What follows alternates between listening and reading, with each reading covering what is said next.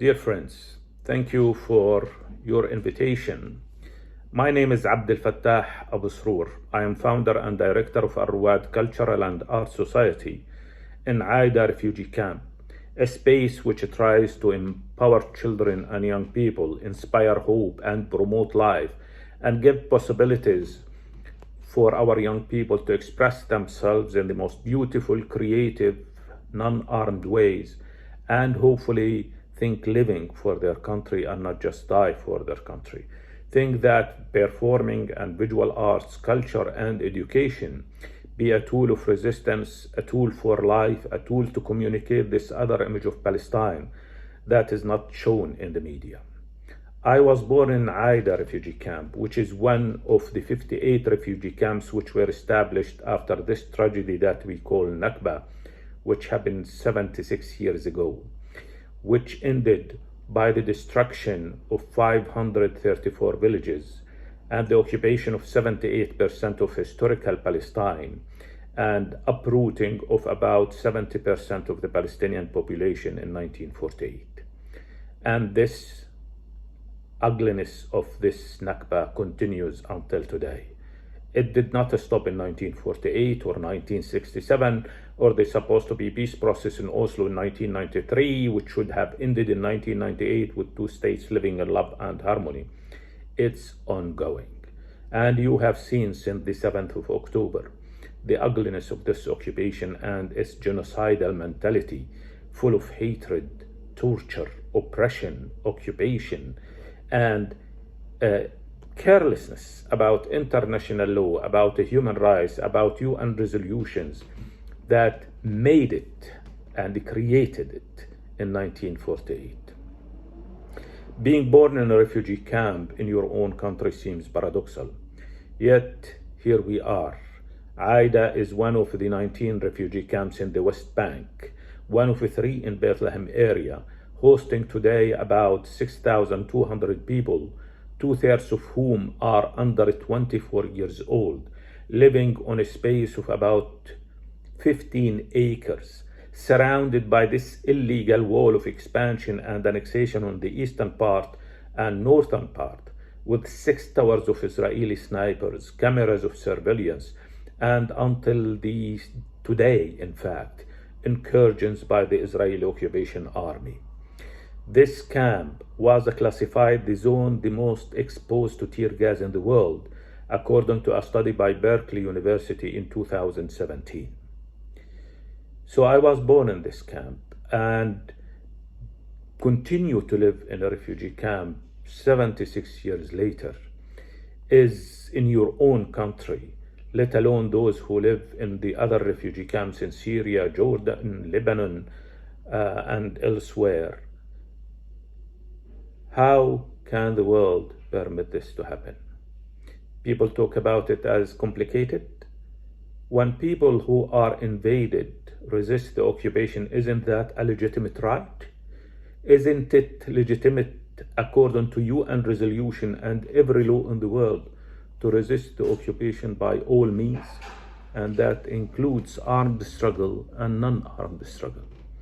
So here we are 76 years later, still considered as the oppressors, as the terrorists, as the people who are born with genes of hatred and violence, while in no country in the world people are labeled as terrorists because they resist an oppression and occupation.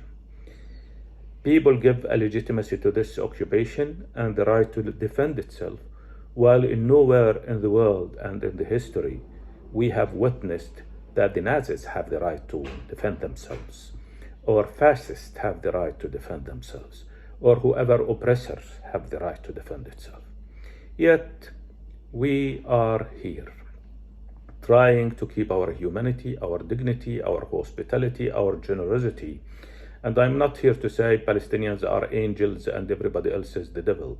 We are people like every people, but in this equation, we are the oppressed. We are the ones who are under occupation.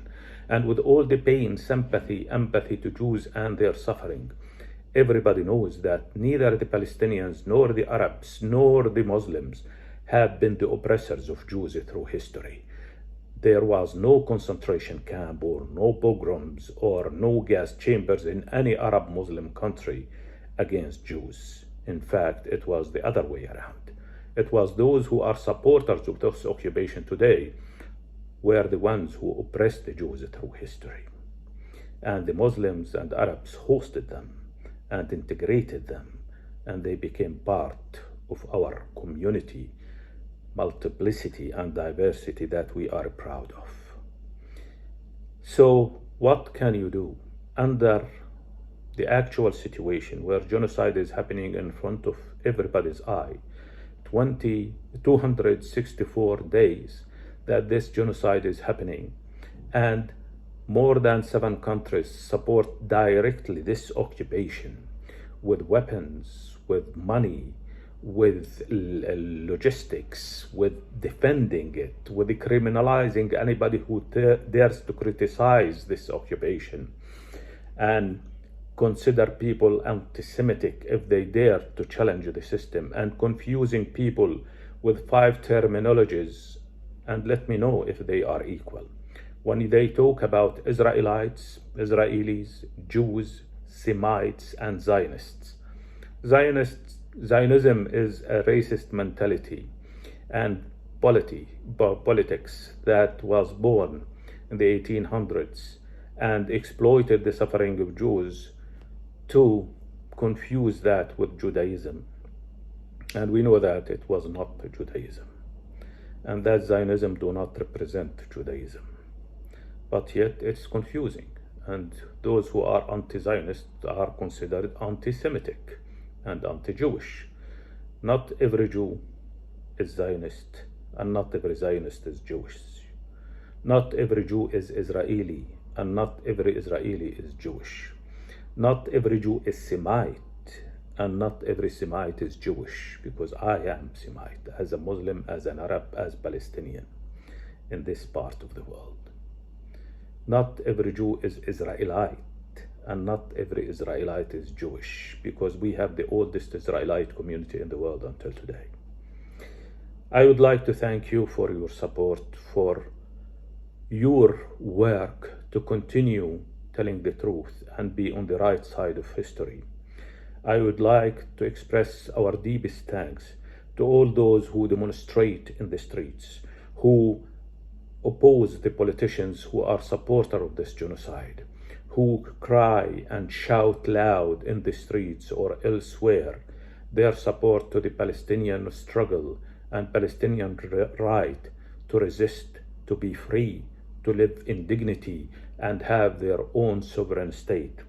I would like to thank all the artists who raise their voice in this field. I would like to thank all the students who demonstrate in the streets and say loud and clear, cease fire, stop this occupation. I would like to thank everybody who practices boycott and advocates for sanctions and for divestment from this illegal occupation that continue to exploit and suck the suffering of people, to show the ugliness of how humanity can decline, oppressing others, dehumanizing them in such ugly way. You can do a lot. It's challenging, we know. This Palestinian cause is not the easiest cause to support because you are attacked immediately.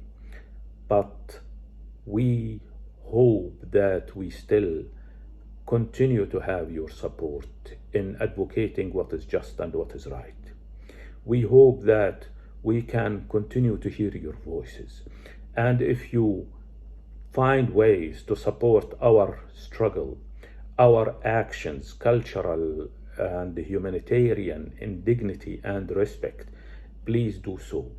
We need your support in every level, financial or political or media or writing or demonstrating or protesting and so on. You can do a lot in your democracies, as people say. But we see the joke of this democracy nowadays. So thank you again, and hopefully we will find more artists coming, more politicians coming, more groups coming to visit Palestine, show their support directly, volunteer in our organizations and fields, create friends of associations that work in Palestine, and try to create possibilities. So hopefully the weapons are not the only solution for whatever is happening. We believe in the power of arts to create possibilities. We believe that arts could make these bridges between people as equal possibilities, as equal human beings.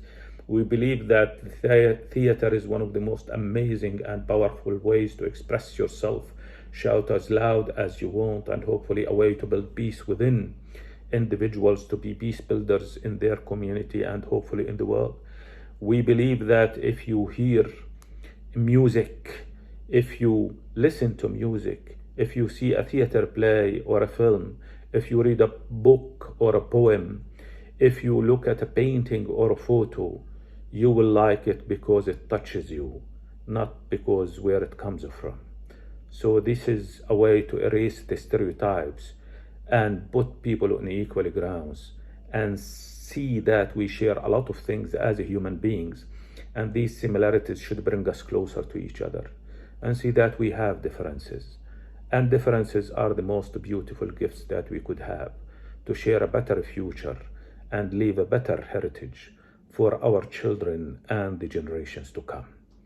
We want to see our children grow up, change the world, create miracles, and be proud of their achievements, and be proud of the heritage we leave for them.